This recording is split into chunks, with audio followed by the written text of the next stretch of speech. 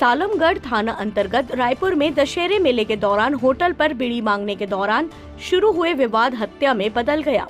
मृतक के भाई राहुल ने बताया कि सालमगढ़ क्षेत्र के रायपुर के एक होटल में अपने परिचित से ही बीड़ी मांगने पर नहीं देने पर विवाद बढ़ गया, जिस पर आरोपी द्वारा सौतेले औलाद कहने पर विवाद बढ़ने से मामला हाथापाई तक पहुंच गया और मारपीट शुरू हो गई।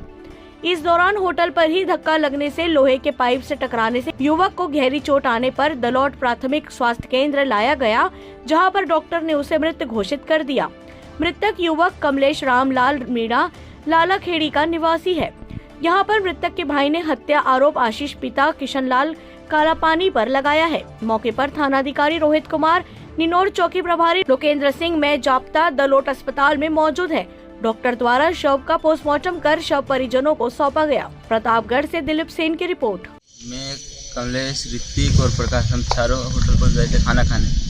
खाना खा रहे थे, उसी वक्त आशीष आया हमारे पास में। उसने बीड़ी पूछी हमसे, कमलेश से बीड़ी पूछी। कमलेश ने मना कर दिया बीड़ी का, और वो कमलेश ने बीड़ी का मना करते ही उसने बोला तू सौतेला। उसके बाद उसने उसकी पेट पकड़ ली, हाथापाई की। इसके बाद छुड़वाया हमने।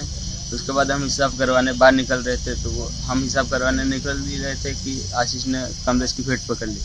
उसका उसने धक्का दिया, उस चद्दर से टकरा गया कमलेश, फिर बेहोश हो गया कमलेश।